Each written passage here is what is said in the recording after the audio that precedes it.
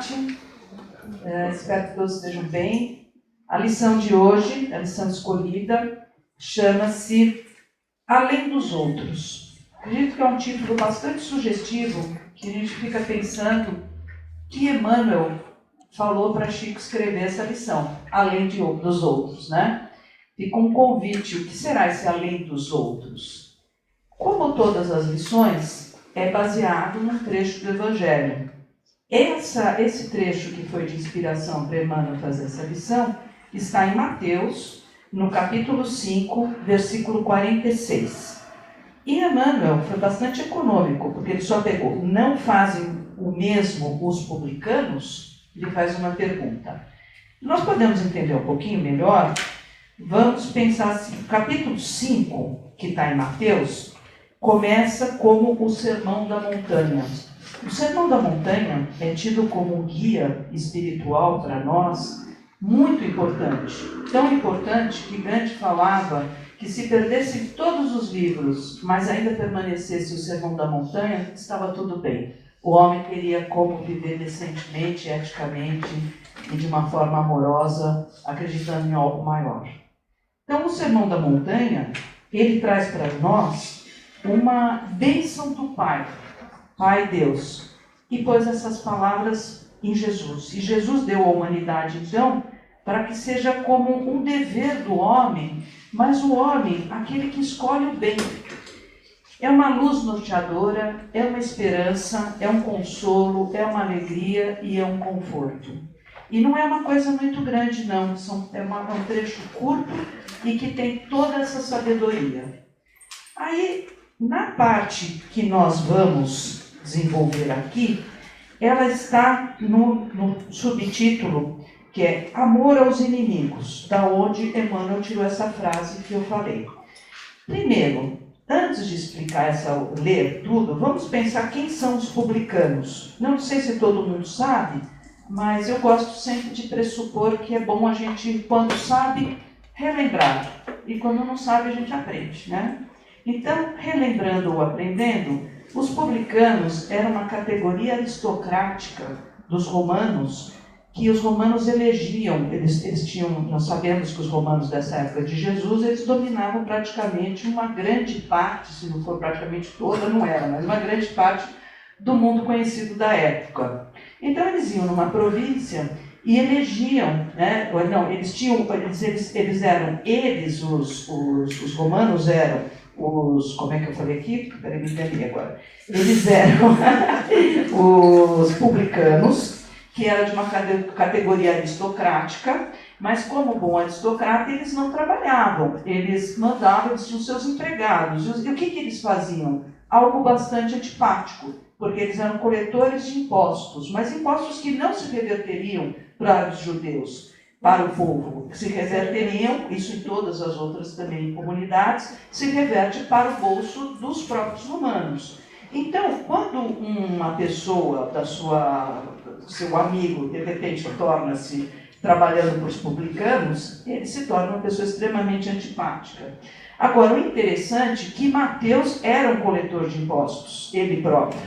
E ele próprio, então, tem uma das passagens que ele destaca dentro do evangelho dele, que Jesus, ele cuidava de todas as classes desprezadas. Então, para Jesus nunca houve um problema de classe, de sexo, ou de cor de pele. Ele veio para todos nós. E esse que é uma coisa muito interessante, porque ele também falava que os sãos não precisam de médicos, quem precisa de médicos são os doentes. Então aqui são doentes de alma, doentes de valores. Essa lição traz isso, os valores, né? E o que a gente faz uma vez que a gente introjeta desses valores? Aqui Jesus vai pedir que a gente faça um pouco a mais.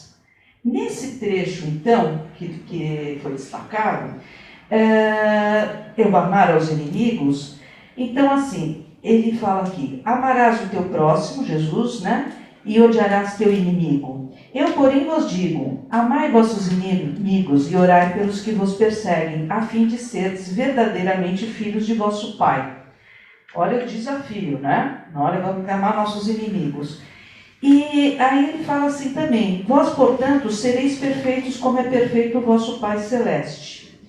Aqui eu fiquei pensando, se a gente for ler o primeiro parágrafo dessa lição, trabalhar no horário comum, irrepreensivelmente, cuidar dos deveres domésticos, satisfazer exigências legais, exercitar a correção de proceder, fazendo bastante na esfera das obrigações inadiáveis. São tarefas peculiares e crentes e descrentes na senda diária. Ou seja, a gente aprende a fazer o básico, aprende a respeitar as leis, aprende a respeitar tudo que nós precisamos para o nosso dia ser funcional, ser bom, ser importante. A gente entende muitas coisas, não é? Mas começa uma questão. Primeiro, quando a gente lê isso aqui, pressupõe para eu já estar tão correto, vamos dizer, fazendo as coisas como devem ser feitas, pressupõe que tem algum passo antes. Antes que aqui no Espiritismo a gente sempre pensa no quê? Na transformação interior, na reforma íntima. Eu já tive que olhar para dentro de mim, eu já tive que fazer essa análise. Porque aqui fica a pergunta dos inimigos, é tão abstrato, né? Porque a gente fala assim, mas eu tenho inimigos? Será que eu tenho? Quem são meus inimigos? E daí fica assim, bom, sempre tem um desafio no trabalho, um desafio familiar, tem o desafio no meu dia a dia, coisas corriqueiras, como o trânsito de São Paulo, conversas, às vezes, que são de pontos de vista muito diferentes, e a gente, às vezes, fica achando que a gente tem que ter um partido do lado de um amigo ou de outro amigo. Então, tem muitos convites. Mas aí, quando eu fico, assim, exacerbado com essas situações, a gente fica falando, bom, esses são os meus inimigos. Mas o que é o convite que eu faço aqui para a gente pensar baseado na reforma interior, desse olhar para dentro? Quando eu começo a olhar para dentro e perceber que talvez o meu inimigo, infelizmente, sou eu mesmo. Somos nós mesmos nossos inimigos. Porque tem ainda uma grande parte de questões que não estão bem resolvidas em mim. Então, quando o outro aponta lá alguma coisa, acende uma luz aqui em mim. E eu projeto no outro tudo aquilo que é de frustração minha no outro. E esqueço de perceber que eu estou falando de mim mesma, eu estou pondo no outro. Ou seja, eu mesma, nós mesmos, contaminamos os outros. E aí fica muito difícil amar esse que supostamente a gente encara como, põe em aspas, mas como um inimigo. Uma pessoa difícil, uma pessoa desagradável. Mas vocês entendem? A gente faz todo um círculo, né? Tiro de dentro, ponho fora, ponho dentro e não vou na questão, que é me olhar, me perceber e poder corrigir as minhas coisas. Porque assim, quando acontece alguma coisa, eu posso agora partir para a lição de Emmanuel que vai fazer sentido. Que ele pergunta assim, quando ele fala, Jesus espera algo mais dos discípulos, espera o extraordinário, espera algo a mais, que é o extraordinário. Então ele pergunta, se a gente está no nosso trabalho, do dia a dia, que tipo de pessoa nós somos? Está lá aquele clima mal, todo mundo meio para baixo, meio chateado. Eu entro no clima, eu também vou ficar lá todo assim, chateado, pesado, ou eu sou aquele que vou tentar trazer um pouco de alegria, sabe? Abrir uma janela, conversar, contar um caso, falar de um filme, uma experiência engraçada que acabou de acontecer, ou que aconteceu. Como que eu vou ser? Vou ser conivente ou eu vou ser o diferente? Aí ele vai para outros exemplos, né? Eu sei, por exemplo, pegar alguma coisa assim e eu vejo que está sendo necessário fazer e eu pego e eu faço, eu ponho a caridade em ação, eu tenho uma boa palavra, então ele vai trazendo, eu não vou ler aqui porque nós não teríamos tempo, mas é muito interessante essa lição, porque ele vai trazendo o fato e o contraponto, para ver como nós somos. Nós somos aqueles que trazemos então o bem-estar, nós somos aqueles que temos uma palavra amiga, um sorriso, um elogio, uma elegância de comportamento. A gente é assim? Ou eu sou o outro? Porque o extraordinário nessa lição é a gente ser essa diferencial. E que é muito interessante, porque sendo diferencial, a gente não alimenta uma cadeia de coisas ruins que vão acontecendo. A gente interrompe. Porque, veja, se a gente pega uma pessoa, um exemplo, uma pessoa que tem um problema hoje e uma irritação agora, nesse horário, agora são 2h20, e essa pessoa vai descontar no porteiro aqui de baixo, o porteiro desconta na pessoa que chegou, a pessoa que chegou sobe e desconta no funcionário dela, o funcionário dela desce, desconta de novo no porteiro. Aí depois a gente vai e vem. Então o que a gente faz? A gente faz uma cadeia de um estado de espírito. E aqui é isso. Qual é o extraordinário? O que é o meu diferencial?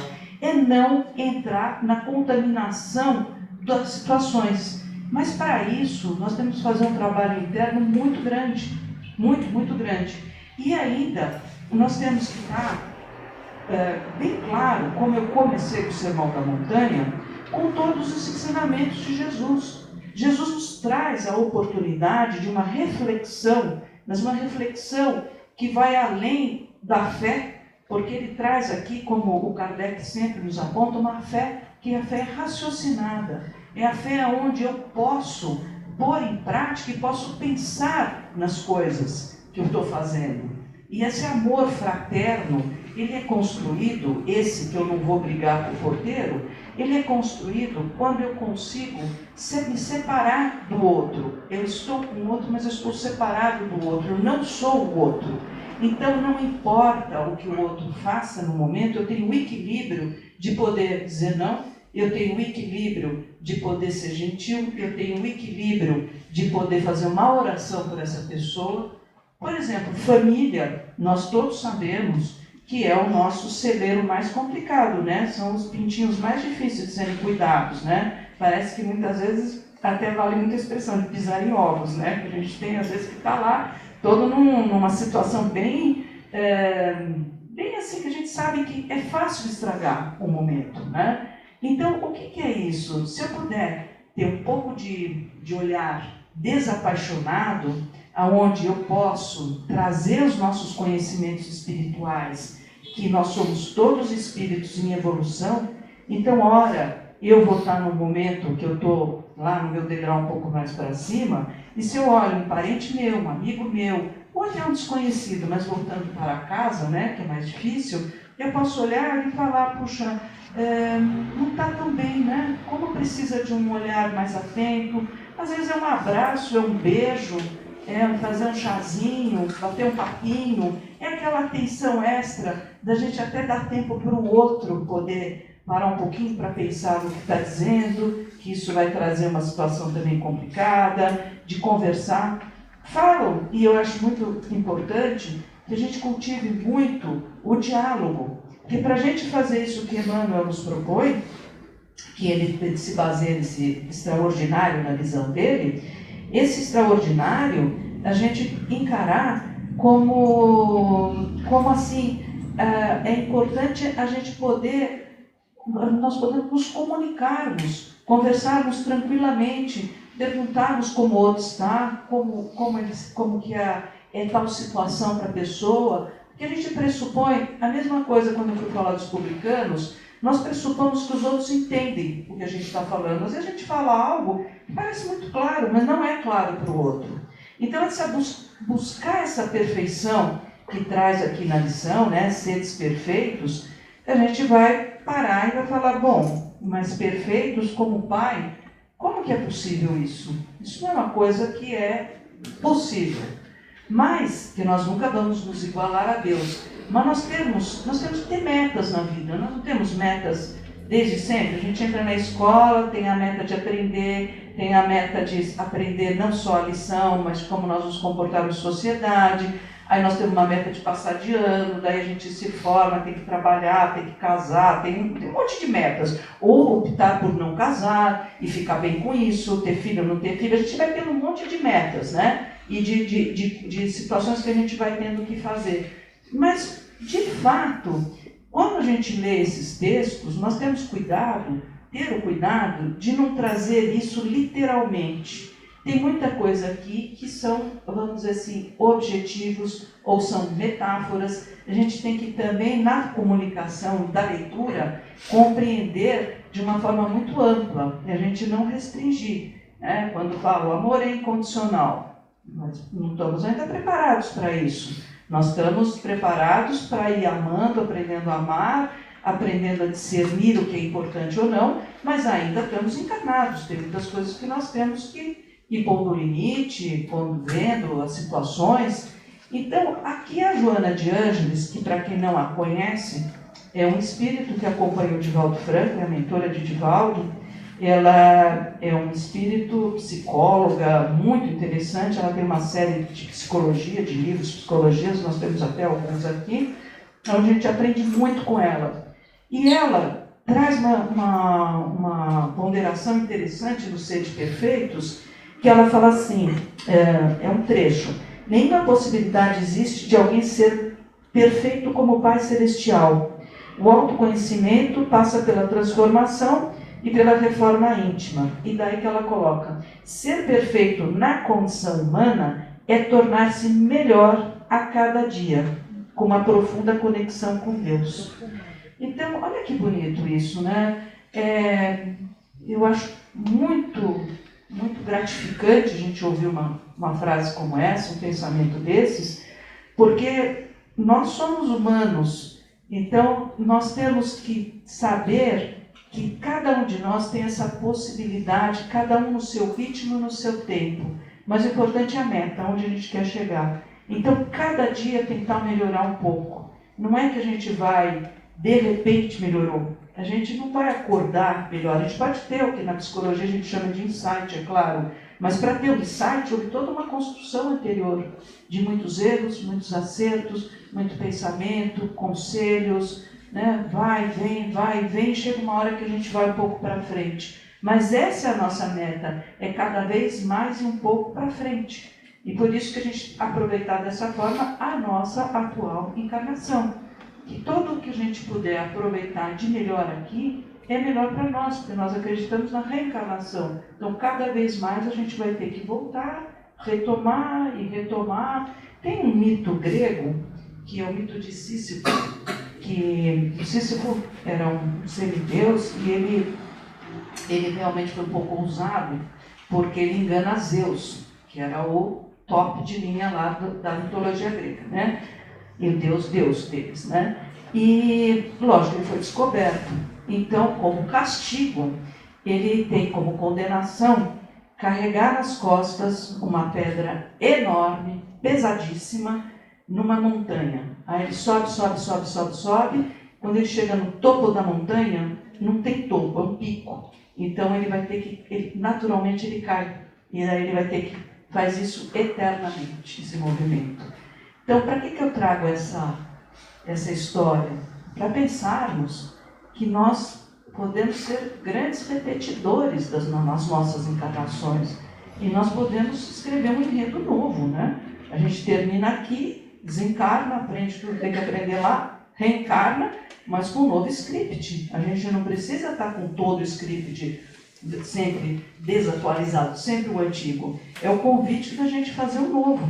E ter fazer o novo começa nessa lição. Primeiro eu faço essa base, eu tenho que me conhecer, me aprofundar. Aqui, como a Vivi trouxe, já temos oportunidade de começar com um estudo de uma introdução ao Espiritismo.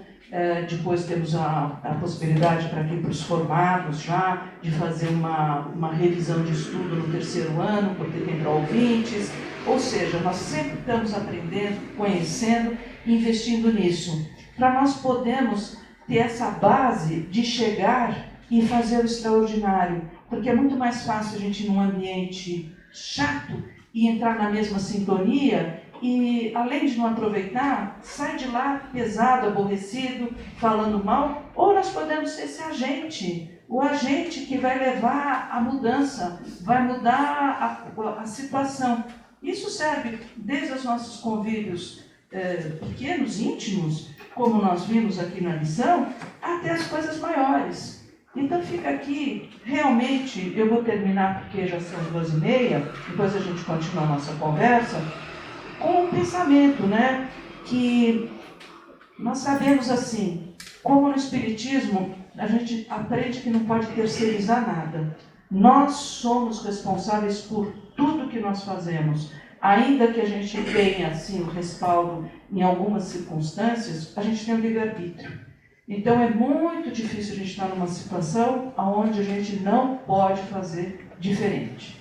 Então isso fica uma questão da gente pensar. E quanto maior a nossa responsabilidade, quanto mais conhecimento nós temos, nós não podemos nos acomodar, nós temos que progredir sempre, então ir além do básico, fazer o extraordinário como aquilo que eu vim para fazer, aquilo que eu vim para honrar a minha vida aqui, eu agradecer, uma forma de agradecimento, eu aproveitar todos os meus momentos, todos os meus minutos e de uma forma com muita fé, eu vivo a minha essência divina, eu deixo ela aparecer.